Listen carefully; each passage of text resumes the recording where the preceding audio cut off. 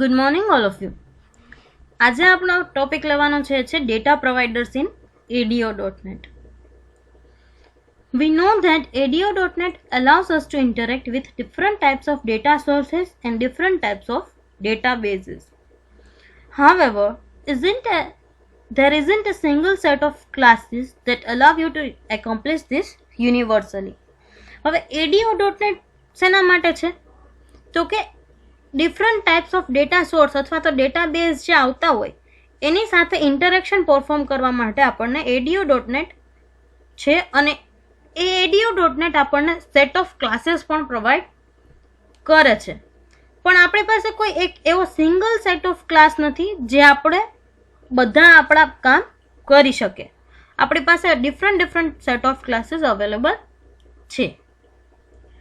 Since different data sources expose different protocols, જે બી આપણે database use કરીએ છીએ દરેક ડેટાબેઝના અલગ અલગ પોતાના અલગ પ્રોટોકોલ્સ હોય. તો એના માટે શું જરૂરી છે? We need a way to communicate with the right data source using right protocol. જે બી આપણો ડેટા સોર્સ છે એના જે પ્રોટોકોલ હોય એ પ્રમાણે આપણે એની સાથે કમ્યુનિકેશન પરફોર્મ કરવું પડે. Some older data sources use the ODBC protocol. કોઈક ડેટા સોર્સમાં ODBC પ્રોટોકોલ યુઝ થાય છે, કોઈ ડેટા સોર્સમાં OLEDB પ્રોટોકોલ થાય છે. એ જ રીતે there are more data sources every day that allow you to communicate with them directly through .NET. બીજા ઘણા એવા ડેટા સોર્સિસ છે જે આપણને રોજ જે નવા આવતા હોય છે ડેટા સોર્સિસ એ આપણને .NET સાથે ડાયરેક્ટલી કમ્યુનિકેશન પણ કરવા દે છે. ADO.NET provides a relatively common way to interact with data sources but comes in different set of libraries for which you can talk to a data source. હવે ADO.NET છે data source સાથે interact કરવા માટેનું આપણને common way એક provide કરે છે. પણ એ કઈ રીતે આપણને પ્રોવાઈડ કરે છે? તો કે સેટ ઓફ લાઇબ્રેરીઝ પ્રોવાઈડ કરે છે અને એ લાઇબ્રેરીને આપણે શું કહી શકીએ? તો કે data providers. This libraries are called data providers. Database સાથે કમ્યુનિકેશન કરવા માટે આપણને જે સેટ ઓફ લાઇબ્રેરીઝ મળે છે એને ડેટા પ્રોવાઇડર્સ કહેવાય. And are usually named for the protocol or data source type they allow you to interact with. And a data providers એના respective data source ના protocol પ્રમાણે create થયા હોય. Data providers are different set of classes which provide functionality to access.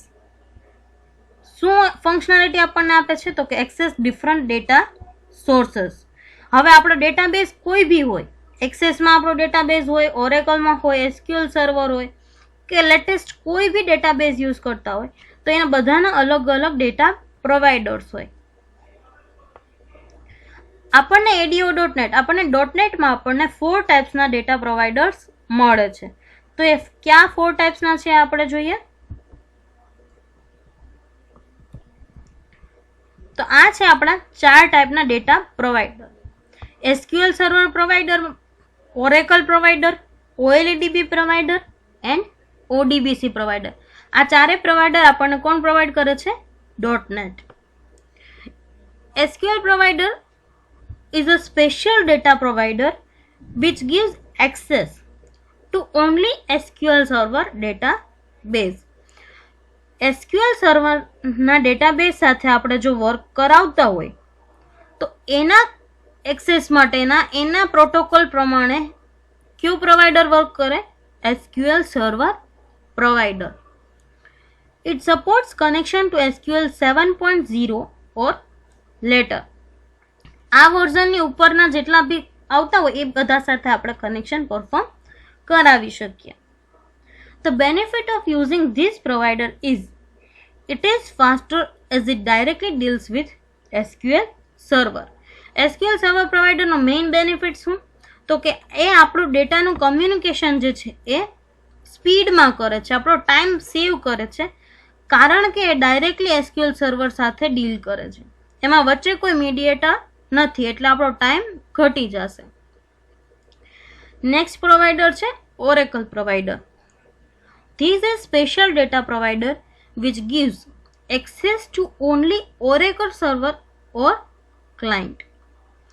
Oracle provider છે ખાલી ઓરેકલના server અથવા ઓરેકલના ક્લાયન્ટને જ access provide કરે. It supports connection to Oracle 8i or later. ક્યાં વર્ઝનમાં સપોર્ટ કરે છે? તો કે ઓરેકલ 8i અથવા એના પછીના જેટલા બી વર્ઝન છે એમાં આ કનેક્શન સપોર્ટ કરે છે. The benefit of using this provider is it is faster. આ પણ એવી જ રીતે છે SQL સર્વર પ્રોવાઈડરની જેમ જ. એ પણ ડાયરેક્ટલી ઓરેકલ ડેટાબેઝ સાથે ડાયરેક્ટલી કમ્યુનિકેશન કરે છે વિધાઉટ એની મીડિયેટર, એટલે એ પણ એનું વર્ક આપણને ફાસ્ટ પ્રોવાઈડ કરે છે. હવે નેક્સ્ટ છે OLEDB provider. This provider gives access to any database that is OLEDB driver. આપણે કોઈ પણ ડેટાબેઝ યુઝ કરતા હોય એ ડેટાબેઝને જો OLEDB ડ્રાઈવર સપોર્ટેડ હોય તો આપણે OLEDB પ્રોવાઈડરને યુઝ કરી શકીએ. The benefit of using OLEDB provider is you can connect with any database using this. એનો બેનિફિટ શું છે? તો કે આપણે કોઈ પણ ડેટાબેઝ સાથે કનેક્શન કરી શકીએ જો એમાં OLEDB નો ડ્રાઈવર સપોર્ટેડ હોય તો. પછી છે ODBC provider. This provider gives access to any database that has ODBC driver. જેવી રીતે OLEDB છે એ જ રીતે ODBC છે. કોઈ પણ આપણે ડેટાબેઝ જે યુઝ કરીએ છીએ એ ડેટાબેઝને ODBC ડ્રાઈવર સપોર્ટેડ હશે તો એ ડેટાબેઝ આપણે ODBC પ્રોવાઈડરની હેલ્પથી કનેક્ટ કરાવી શકશું આપણી એપ્લિકેશનમાં. ODBC નો ફૂલ ફોર્મ શું થશે? Open database connectivity. હવે નેમ સ્પેસ જોઈ લઈએ આપણે કે આ બધા પ્રોવાઈડરને યુઝ કરવા માટે એની રિસ્પેક્ટિવ જે નેમ સ્પેસ યુઝ કરવી પડતી હોય એ. તો સૌથી પહેલાં જ્યારે આપણે ડેટાબેઝ સાથે કનેક્શન કરવાનું હોય ત્યારે મેઇન નેમ સ્પેસ રહેશે system.data. એટલે ડેટાની અંદરના જેટલા બી ક્લાસીસ હોય એ આપણને અવેલેબલ થાય. હવે આપણે ક્યુ પ્રોવાઈડર ચૂઝ કરીએ છીએ એના ઉપરથી બીજી નેમ સ્પેસ લેવાની થાય. જો SQL સર્વર સાથે કનેક્શન કરતા હોય તો system.data.sql client name space use કરવાની થાય. ઓરેકલ પ્રોવાઈડર માટે ઓરેકલ ક્લાયન્ટ, OLEDB અને ODBC માટે એના રિસ્પેક્ટિવ નેમ સ્પેસ એટલે કે system.data.OLEDB એન્ડ system.data.ODBC. આ થઈ એની નેમ સ્પેસ. હવે આપણે એક આ ચાર્ટ જોઈ લઈએ.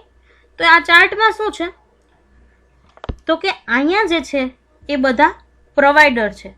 યુઝર જે પ્રોવાઈડર એની એપ્લિકેશનમાં યુઝ કરે એ પ્રમાણેના એને ક્લાસીસ મળે. એ ક્લાસીસના અલગ અલગ નામ છે. જો SQL સર્વર યુઝ કરતા હોય તો એના જે કનેક્શન કમાન્ડ, ડેટા રીડર અને ડેટા એડેપ્ટર એના ક્લાસીસ છે એ આ રીતના રહેશે. SQL connection, SQL command, SQL data reader, SQL data adapter. એવી રીતે OLEDB હશે તો એના બધા ચારેય ક્લાસ આ રીતે મળશે OLEDB એક્સટેન્શન સાથે. ઓરેકલને યુઝ કરશું ડેટાબેઝ તો ઓરેકલના ચારેય ક્લાસીસ અવેલેબલ થશે. અને ODBC પ્રોવાઈડર યુઝ કરતા હોય તો ODBC એક્સટેન્શનવાળા આપણને એના ક્લાસીસ અવેલેબલ થશે. આ ક્લાસીસની હેલ્પથી આપણે કનેક્શન પરફોર્મ કરાવી શકીએ અને એના વેરિયસ ઓપરેશન આપણી એપ્લિકેશન સાથે કરાવી શકીએ. તો આ થયું આપણું data provider in ADO.NET. That's it for today. Thank you.